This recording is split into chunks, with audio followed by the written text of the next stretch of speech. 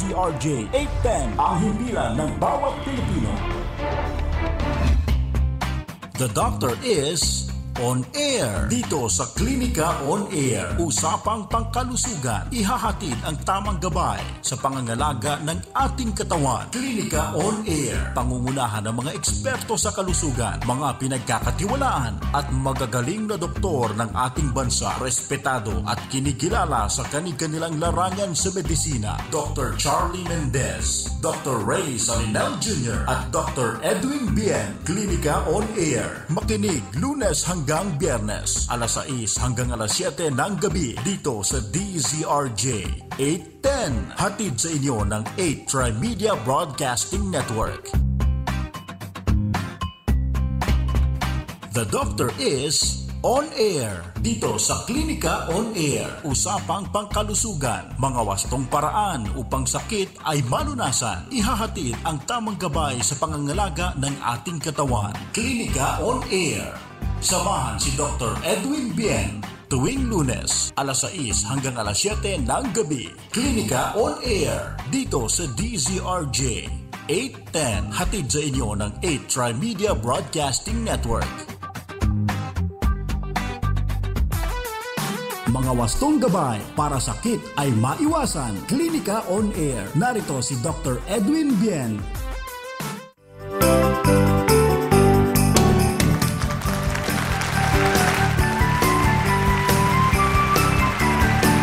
Itong minuto na makalipas ang ika-6 ng gabi. That's 6:07. Kamusta po kayong lahat mga tagapakinig? Kanina nakasama niyo ako sa musika noon at ngayon.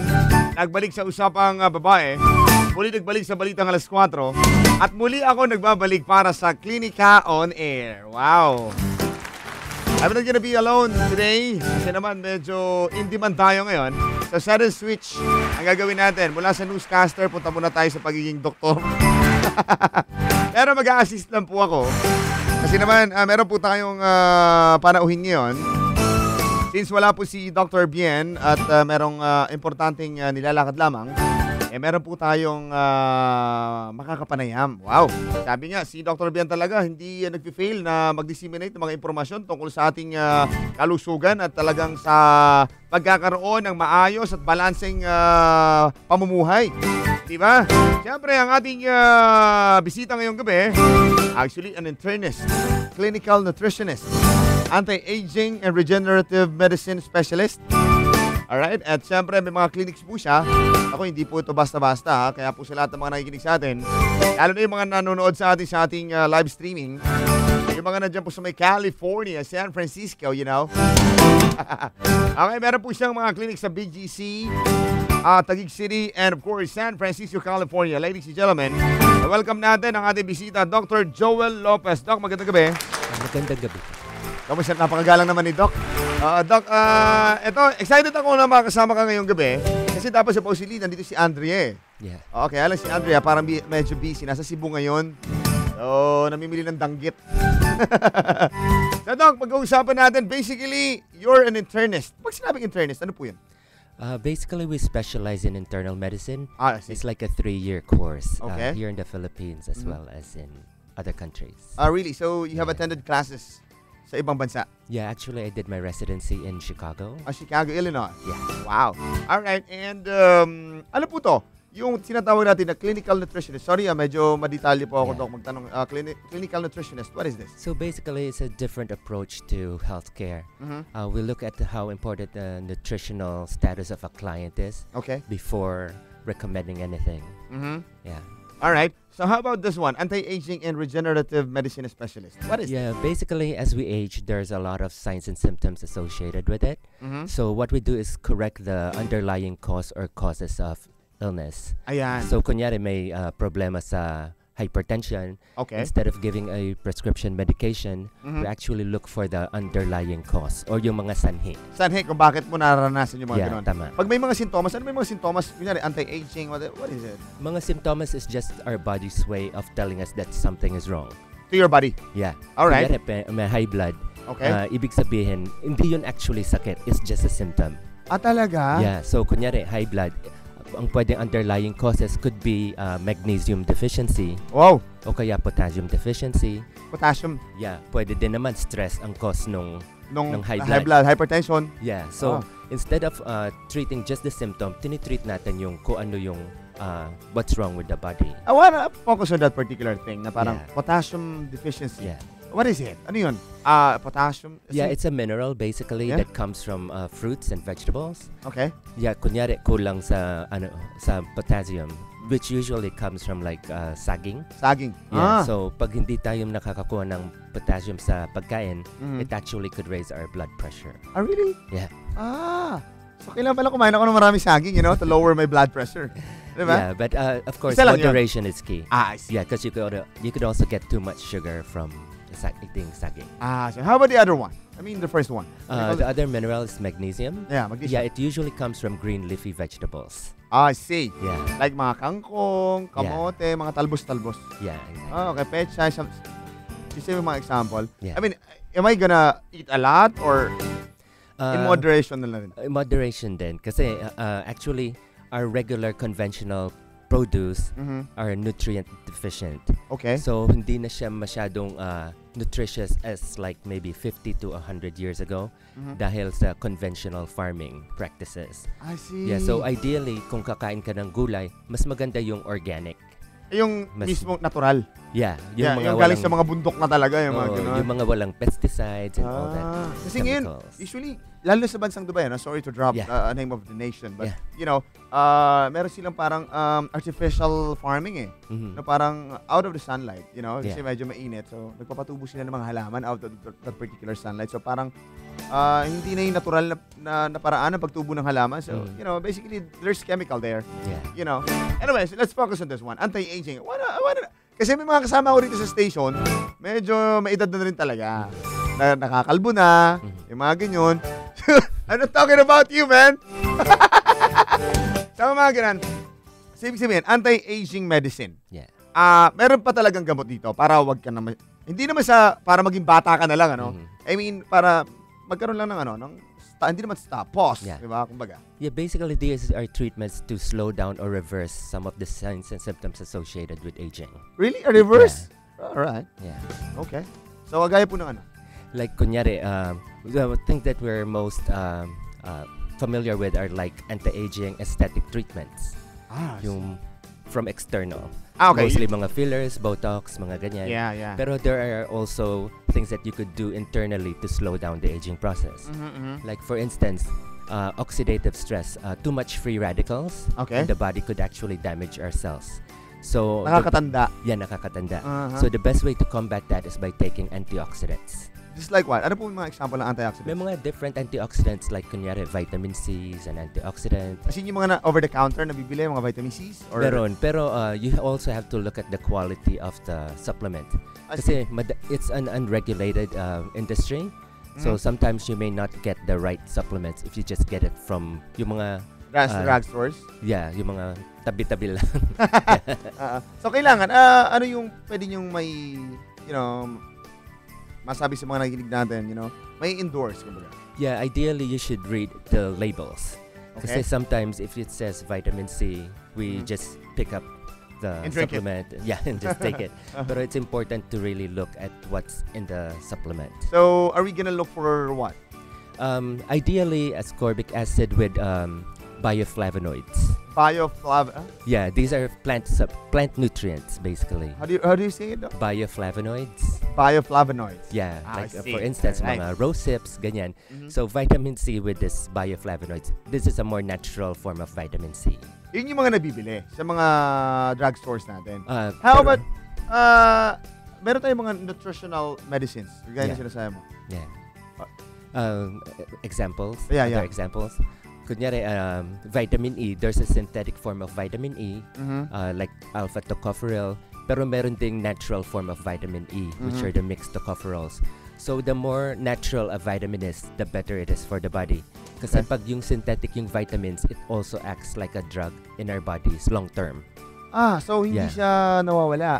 I mean, Bali, nangyayari, it may help temporarily, but long term, if you take it on a continuous basis, alright. it sometimes could cause problems. Yung mga Sa iba. synthetic vitamins. May mga implikasyon or may mga... Yeah. I see. Oo. Alright.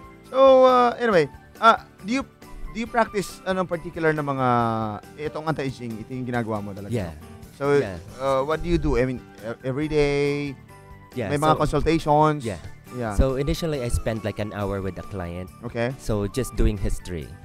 Then after that, that's when I would recommend certain tests. So, you're into hearing a lot of stories Yeah. every day? Yeah, exactly.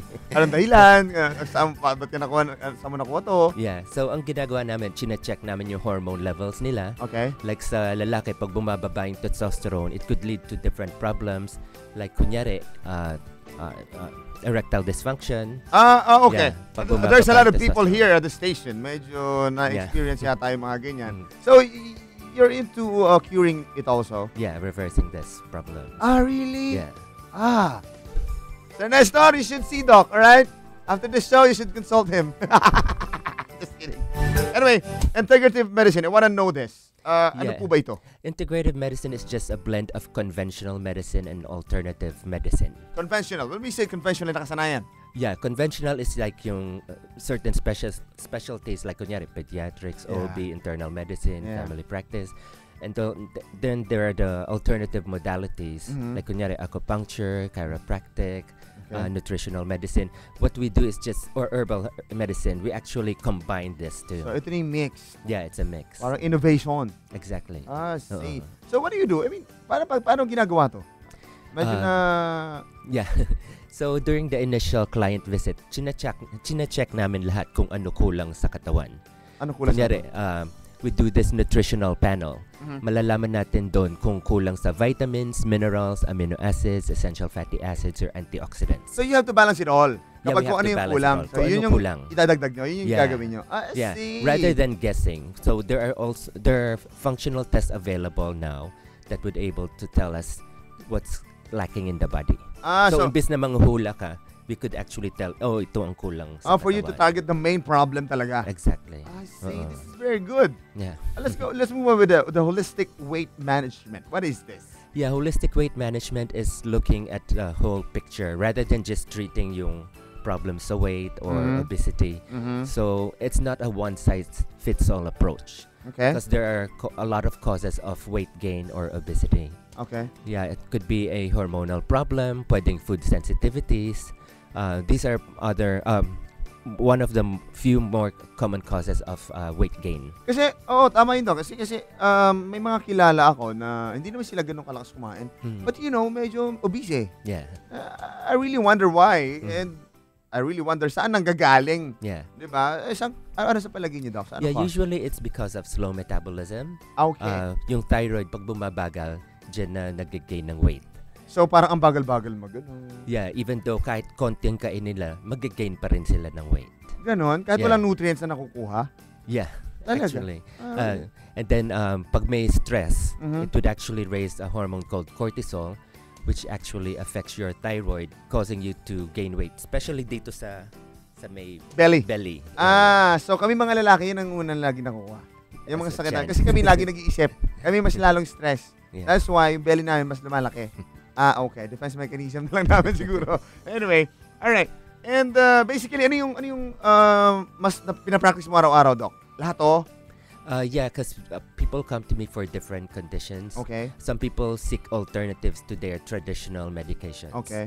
Like kunyari, diabetic at they're getting side effects from the drugs. They want to switch to something different. Di ba sa atayan?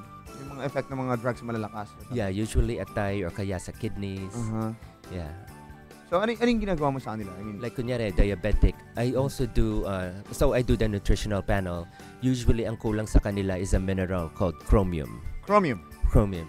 So, pag kulang yan, it would actually lead to blood sugar imbalance. Pero pag kinorek mo to, mag-improve yung blood sugar. Yeah. I see. And sometimes, if a person doesn't exercise, it could lead to insulin resistance. Oo nga, no? So, importante talaga yung exercise. Yung mga nag-i-insulin na, Doc, yung mga nagtuturok na sa tiyan, kasi actually, I got a tito. Yeah. Na nagtuturok na siya ng insulin. So, ang ginawa nga namin, yung mga juices. You know, have you heard about it? Yung parang juice or Vegetable something. juices. Yeah. Yeah. 30 juices. So, We made him drink it. Mhm. And do you think it's really advisable? You know? Depends on what kind of juice he has. Kasi some of the Mga fruits eh. yeah, it could also raise his blood sugar pag yung mga puro fruit juices. Yeah. Pero pag yung vegetable juices, it could actually help improve. Actually, mixed na siya eh. Mix na siya. Yeah, meron Yeah. siyang parang enzymes and whatsoever. Mhm. Merong sibuyas or something. Yeah. Mga ganun. Yeah, those could help. Oh, yeah. Yeah. All right. But it's also important to, of course, change yung lifestyle. Kung sedentary, kailangan mag-exercise para mag-improve yung Yun. insulin sensitivity. Yun. Kasi Yeah. walang exercise eh. Oh. He's into sleeping every day. Oh. Every now and then, I want to go to sleep. Okay. Yeah. Sige. Okay. What is the difference between conventional and allopathic medicine and integrative? Actually, parang na-discuss mo ito kanina. Yeah. But I want to breeze through on this. Yung difference between conventional, allopathic medicine, and integrative medicine. So, himayin natin to. Yeah. Let's start with conventional, nasabi mo na kanina. Yeah. Yung allopathic, what is it? Actually, conventional or allopathic medicine are the same. Okay. It's just basically treating symptoms with the use of medications. Mhm. So, kunyari, high blood, ito yung antihypertensive. Kunyari, may arthritis, ito yung anti-inflammatory. Mhm. So, rather than treating the underlying cause, binibigyan mo ng gamot para lang mawala yung symptoms. So, to balance it. Yeah, parang mawala lang yung symptoms. Tapos, pag nawala yung symptoms, yun, parang the patient would continue their lifestyle or their diet. So, parang temporary lang yung relief nila. I see. Yeah. Parang kunyari, wala na yung sakit ko rito eh, sa Yeah. tuhod ko. So, I'm gonna continue with what I'm doing. Yeah. So, it's not curing. Yeah, exactly. It's parang somehow, it's a relief lang. Mhm. Diba? Yung pansamantala. And how about this one? Yung integrative medicine, sinabi mo na nga, ito yung parang fusion, Yeah. yung parang innovation of Mhm. those. So, yeah, typically we advise a change in diet and lifestyle kasi karamihan ng sakit is due to that. Yeah. Yeah. Oo. There's a science. Especially rock stars. Yeah, actually there's a branch in medicine called epigenetics. Okay. It's basically how our environment would actually influence our genes. Mhm.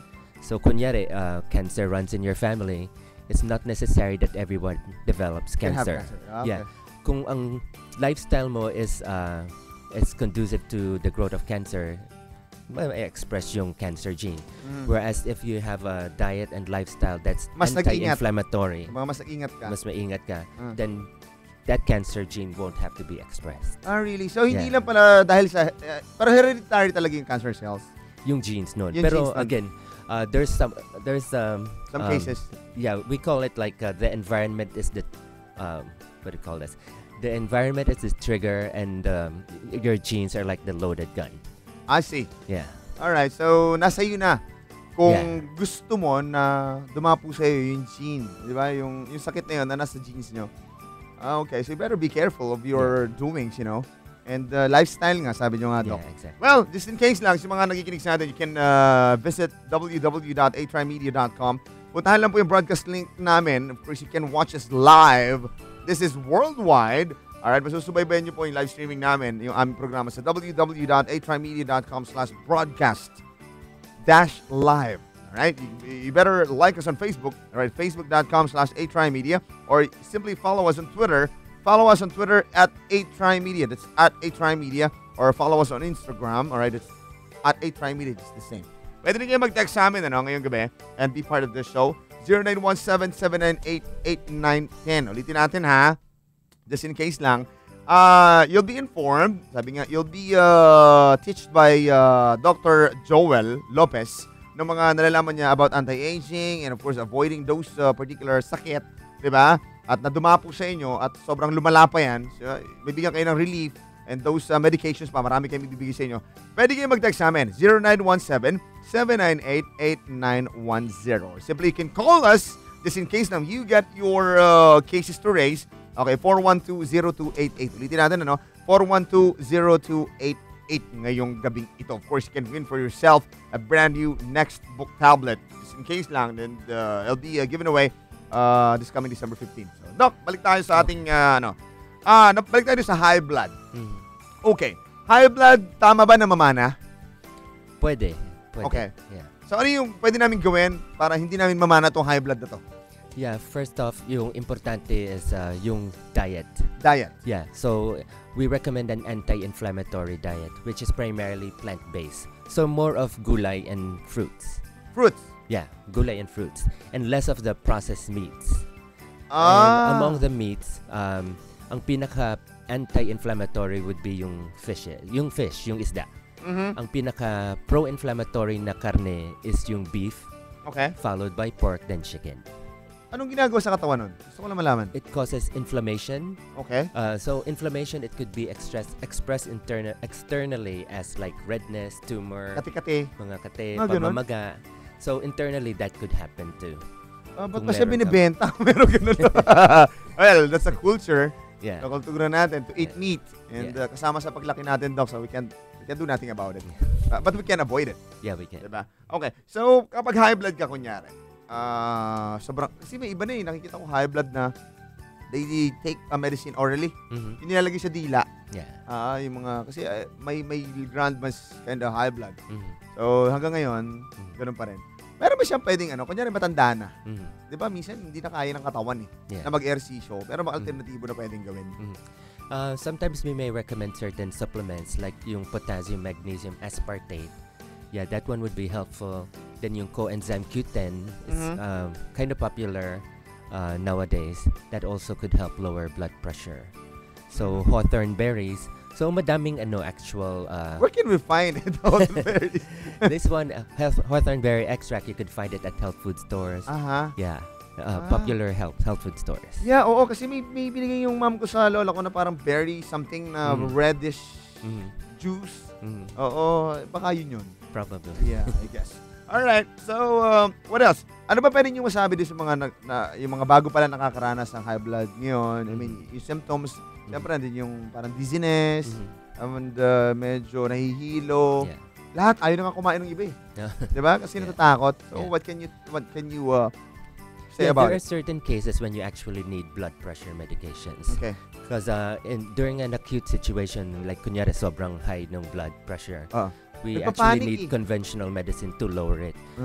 That would lower your blood pressure, but long term, the goal is to get you off of those medications and replace it with natural supplements that don't affect your kidneys or your liver long term. Yeah.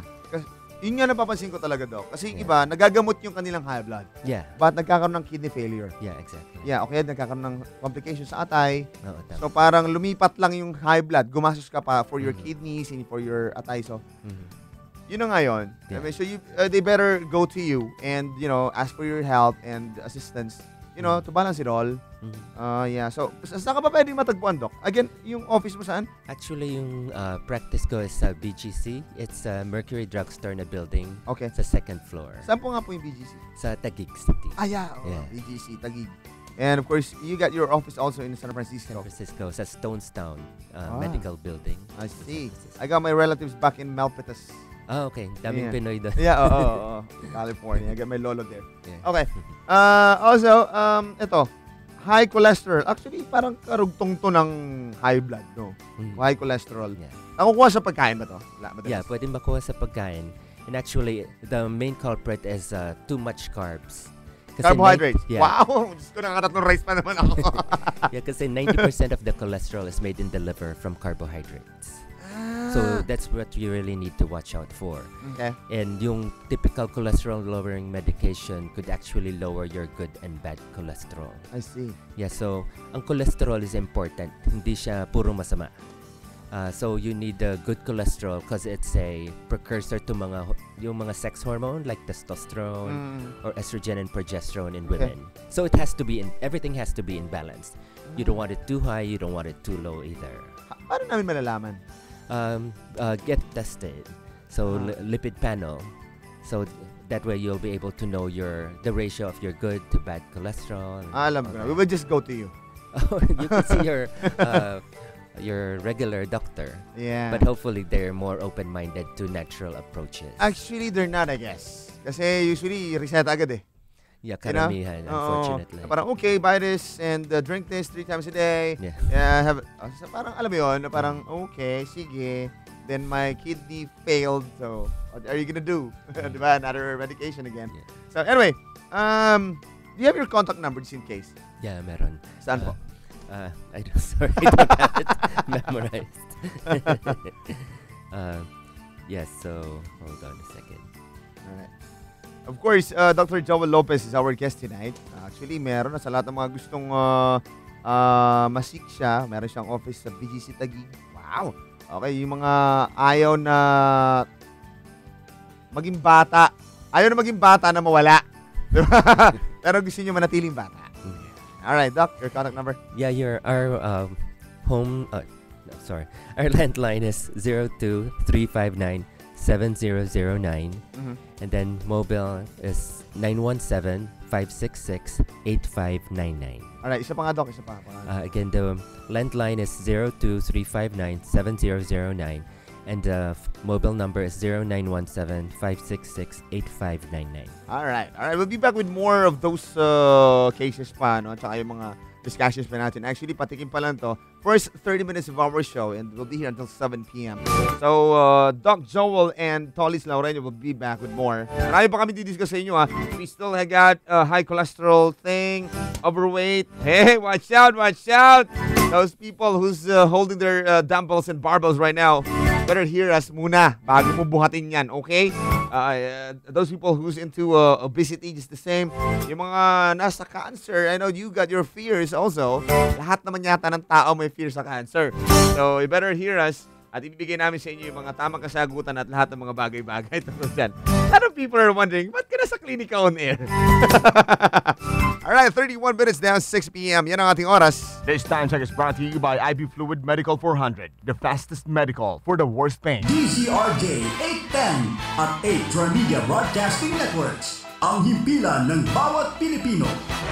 Halalan 2016, isang makabuluhang talakayan sa loob ng isang oras at kalahati para sa isa na namang makasaysayang pagpili ng panibagong mamumuno sa ating bansa. Makinig sa 8 Diretso tuwing Biyernes alas 4:30 hanggang alas 7 ng gabi para sa isang espesyal na pagpapakilala sa sambayanang Pilipino kung sino nga ba ang karapat-dapat na maging leader ng ating bansa. Paglatag ng plataporma, pagkilala sa isang kandidato, siya ba ay karapat-dapat o hindi? Abangan ang espesyal na pagtatanghal ng Bakit Kita Iboboto? Bakit Kita Iboboto? Bakit Kita Iboboto? Para sa sambayanang Pilipino, hatid sa inyo ng DZRJ 810, 8 Trimedia Broadcasting Network, ang himpilan ng bawat Pilipino. Bakit kita iboboto para sa sambayanang Pilipino? Kilalanin sina Senator Antonio Trillanes IV at former MMDA Chairman Attorney Francis Tolentino sa programang 8 Diretso, December 11, alas 4:30 hanggang alas 7 ng gabi. Dito lamang sa DZRJ 810, handog sa inyo ng 8 Trimedia Broadcasting Network. Ladies and gentlemen, ito na siguro ang pinakamabilis na radio commercial mula sa IBU Fluid Medical 400. May Rapid 400 formula. Kaya kumpara sa isang mefenamic acid, mas rapid kumalat, mas rapid tumalab, mas maagang magpaginhawa ng matinding sakit. Lipat na sa Medical 400, the fastest medical for the worst pain. Ibuprofen is the generic name of Medical 400. If symptoms persist, consult your doctor. Mahirap ang pagtatricycle. Halos sakto lang kita ko para sa pamilya. Dati naisip ko, paano kung magkasakit o maaksidente ako? Buti na lang, ang tuna namin nag-SSS Alkansya Program. Barya-barya, araw-araw. Kayang maipon, buwan ng kontribusyon. Ipon kong mas may pakinabang. Ngayon, kampante na ako. Buti na lang, may SSS. Araw-araw ipon, proteksyon sa biyahe. Mga kasama, mag-SSS Alkansya Program na. Punta na sa pinakamalapit na SSS branch. Pasko, Pasko kami namamasko. Pasko ng Fruity Pop at Pochi, Frutos at ng Champi, lamig ng iFood, kilig ng Beef Fresh. Inuman mo pa ng may juice at mainit na Chopquick. Bigyan mo pa ng Monami, Yummy at so lucky. Pasko, Pasko kami namamasko. Maligayang Pasko po mula sa Colombia. Ikaw ba ay nakikinig sa DZRJ 810 araw-araw? Pwes, ito na ang isang pasasalamat namin sa inyo. Mag-text sa inyong greetings sa mensahe sa 0917-798-8910. Huwag kalimutang ilagay ang inyong pangalan, address, at magkaroon ng chance manalo ng isang brand new Nextbook Android tablet. Makinig at manalo mula sa himpilan ng bawat Pilipino. Handog sa inyo ng 8 Trimedia Broadcasting Corporation. DZRJ 810 at 8 Trimedia Broadcasting Networks. The doctor is On Air. Dito sa Klinika On Air. Usapang pangkalusugan. Mga wastong paraan upang sakit ay malunasan. Ihahatid ang tamang gabay sa pangangalaga ng ating katawan. Klinika On Air. Samahan si Dr. Edwin Bien tuwing Lunes, alas 6 hanggang alas 7 ng gabi. Klinika On Air, dito sa DZRJ 810, hatid sa inyo ng 8 Tri-Media Broadcasting Network. Mga wastong gabay para sakit ay maiwasan. Klinika On Air, narito si Dr. Edwin Bien. Oras natin sa buong Pilipinas, 36 minutes now, 6 p.m. I'm not the doctor, and I am not a doctor either. Pero meron akong kasama ng doktor. Siyempre, ang ating bisita ngayong gabi. Okay, si Dr. Joel Lopez, and still we're into discussing about anti-aging. And those cures actually relieves and lahat ng mga alternatibo mga medicines at mga proseso kung paano maiwasan yung mga na-discuss namin kayo na gaya ng high blood pressure, actually diabetes, ano? And ito high cholesterol. Now, let's move on. Doc, gusto ko malaman to, overweight. Paano mo ba masasabing overweight ka? Yeah, basically, hindi lang tayo nagre-rely sa weighing scale. There are some machines that can detect your actual muscle mass, your body fat. Okay. These are what we call body composition analysis. All right. So it tells us more than your typical weighing scale. Alright. So, pag sinabi mo, pag sobrang bigat ka, kailangan, di ba, ano yan, proportion sa height mo, Yeah. yung weight mo. Mhm. So, kapag medyo bumaba ka doon sa dapat na weight mo, na dapat tama din sa height mo, there's something wrong. Yeah. So masama din yung underweight. Masama din yung underweight. Yeah. Pag sumobra ka naman doon sa height mo, and that's wrong also. Yeah. I mean, what are we gonna do? Yeah, so ideally, have your body composition analysis first. Okay. And then from that, You do practice also that. yeah, your holistic weight management. Alright. So, Yeah. unang-una, So after doing that, then we determine what's going on. Like if there's problems with food sensitivities. Kasi pwedeng pagkain lang ang sanhi ng pag-gain ng weight. okay. Like most commonly, yung milk and dairy products at saka wheat. Those are the most common food allergens. Okay. So if a person's sensitive to those, it could actually lead to weight gain. Like sa ating mga Asians, we're not really genetically supposed to eat or have milk or dairy products, pati bread. So mas okay sa atin yung rice actually. May kanin tayo. Oo, mas okay sa atin. Pero kasi 'di ba sobrang carbon naman anto papunta ka naman Masama sa ano, din. 'di ba?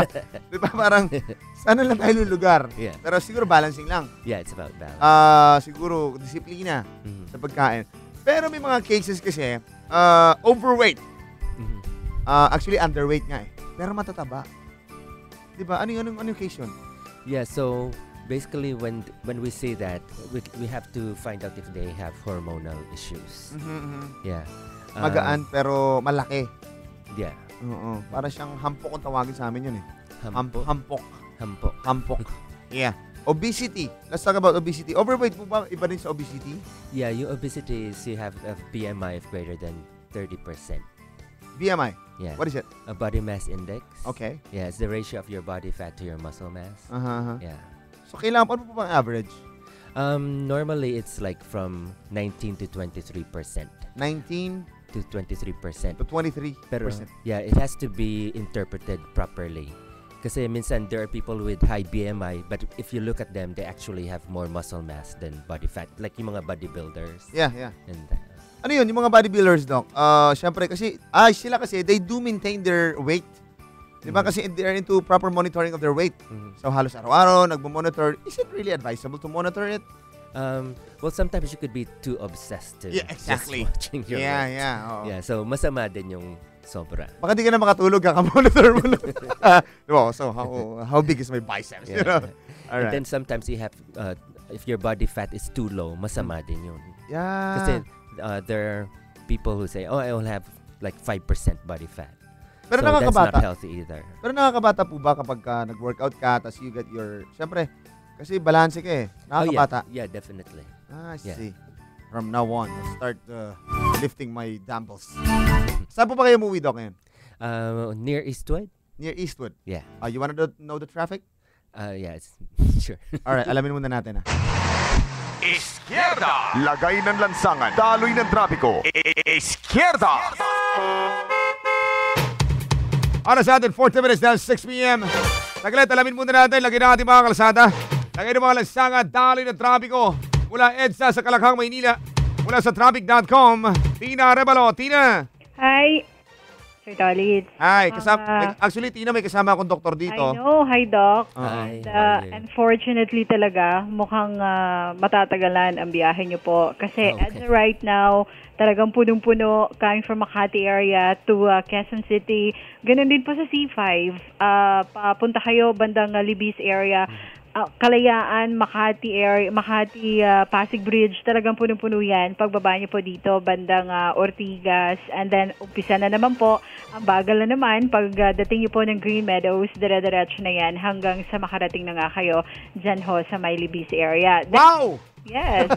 As in, puno talaga mga ganitong oras at malapit na ho yung Pasko, so kailangan na natin talaga. Mukhang tataas yung blood pressure namin ni Doc. Kayang-kaya ni Doc yan. Kayang-kaya kayang tulungan sa problema mong yan.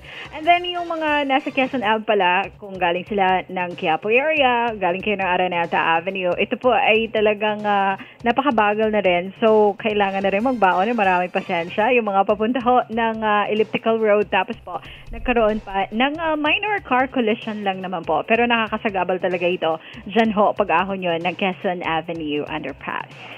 So yan pa rin po ang pinaka-latest mula sa traffic.com. Ako po si Tina Arevalo. Tina! Sa 810-8 Tri-Media. Ay, Tina. Pila ng bawat Pilipino, yes. Meron akong sa'yo, just in case lang, you don't wanna, you don't wanna be big at gusto mong medyo maging fit, sexy pa rin, as in, wow, Wow! Oo, andito si... W-O-W. Yeah, Dr. Joel Lopez, pwede ha. May office sa may BGC, sa may Taguig. Really? Just go there. Or kung medyo mapunta ka naman sa California, be in San Francisco, right? Wow, California, USA. Yeah! In my I'll see you there. dreams. Okay, no problem. Thank you, Sir Tolit. Bye! Thank you, bye. Alright, 6:42 right now. Medyo traffic, Doc. Nakakadagdag ba ng init ng ulo yan? Nakakadagdag sa stress. Stress, actually. Oo, yun na nga sinasabi ko. Pag na-stress ka kasi, dyan na papasok yung hypertension. Ano ba yung sinabi mo pag sa stress? Yung... Actually, it raises your hormones like cortisol, Yeah. pati yung catecholamines. Ito ang magre-raise ng blood pressure, pati ng inflammatory processes sa katawan. Wow. So pag nagpadala ka, better avoid it. How can we avoid stress kapag ganyan? Yeah, it's something you cannot avoid, so you have to learn how to deal with it. So we have to deal with it properly. And take the proper nutrition and medication. Yeah. So ND talaga yan. NM, nutrition and medication. Yeah. Wow. Alright. Okay, obesity. Paano ba kami kumain ng marami pero hindi kami tataba? Importante yung syempre ma-burn yung calories na kinain. Okay. So, not just that, but also the timing ng pagkain. May timing ba yan? Yeah. Oh my God. Yeah. So if you eat a lot at night, we tend to store it. Because during the evening, that's when our metabolism slows down. Yeah. So pag ang pinakamalakas mo na pagkain ay sa gabi. Actually, Doc, ako, I simply wanna share this. Magdi-dinner ako ng 7 or siguro 8 kasi nakakauwi ako mga 8 or 9. Tapos, I get up at around 12 midnight. Tapos, medyo halongkat. Halongkat yan, I eat. Yeah. Tapos, dizziness. Pagkatapos, kaya palang bigat ng katawan ko sa umaga. So resulta po ba yun? Yeah. Okay. I'll tell my mom to stop cooking. Para, di ba kasi para wala kang makain eh. I mean, you know, the irony. Anyway, so paano, Doc? Halimbawa, ako, medyo, kunyari ako, obese na ako. Sige, let's say na obese na. Kunyari, obese ang isang tao. Tapos, meron po ba yung mabilis na para matanggal yung obesity or is a process? There are different diets, fad diets out there. So some people lose weight fast on these diets pero bumabalik if you don't treat the underlying What problem. if hindi po kami magda-diet? Pupunta po kami sa inyo. Is there a process? Yeah, there is a process. So actually after the history taking, then we do several tests to find out if there is hormonal imbalance or food sensitivities that's causing the weight gain. That is only kapag food. What's that? That is only kapag food po. Yeah. Yeah, pero kasi meron po yung di ba, hindi mapigilan yung pagtaba. Yeah, usually that could be an underlying hormonal problem. Ano po yung ginagawa niyo sa ganun? Like kunyari may thyroid problem, we would recommend thyroid hormone supplements to help improve your thyroid function. Kasi ang thyroid is responsible for metabolism. Yeah. Pag nag-slow down, everything slows down. So mag-gain ka ng weight, kunyari ang bowel movement mo would slow down. Okay.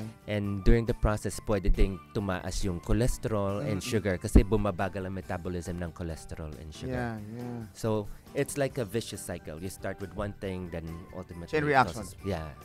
See. Yeah. Alright, so paano naman namin magagawa ng healthy o magagawing healthy yung aming thyroid? Yeah. In very functional. Yeah. So there are certain foods that could actually affect your thyroid. Like kunyari, palagi kang kumakain ng soy products. That would actually suppress your soy. Sorry. Soy sauce pala na sa isip ko. Soy, yeah. Soy products could actually suppress thyroid function. Example ng mga soy products. Yung mga mga soy milk, mga oh my god, taho. Oh yeah, mga taho. Ako po. Yung fermented soy is okay, like yung tofu. Pero again, not on a daily basis. I'll tell my wife. Yung wife ko ang hilig magluto niyan. Yeah. Tofu. Tapos sa ano naman sa States, usually pag kumakain ng mga raw cruciferous vegetables, it could actually suppress your thyroid. Ito yung mga raw na broccoli, cauliflower, kasi mahilig sila sa ganun eh. Yeah, sa atin naman hindi eh. So niluluto yung mga ganung pagkain. Sila hilaw. Oh, so mas advisable 'yon? No, hindi advisable. Hindi advisable yun. If you eat the cruciferous vegetable, it's better lightly steamed.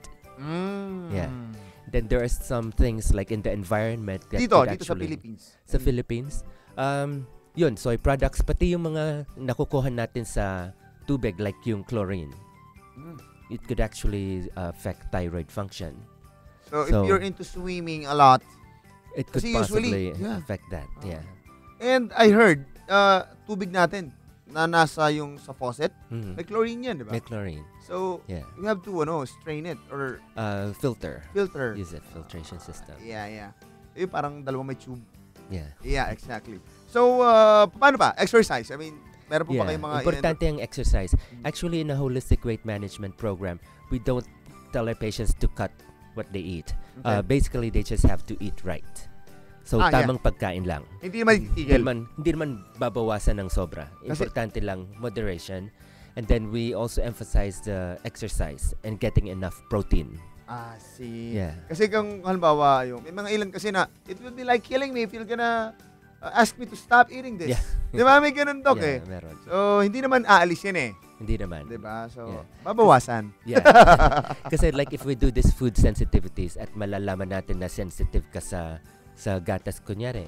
So alisin mo yan for ideally 6 months and maybe we'll reintroduce it kung kailangan, kung may nutritional value yung pagkain na inalis natin. I see. Yeah. Kapag may lumabas ulit na kailangan yung na-supply naman yung milk, halimbawa.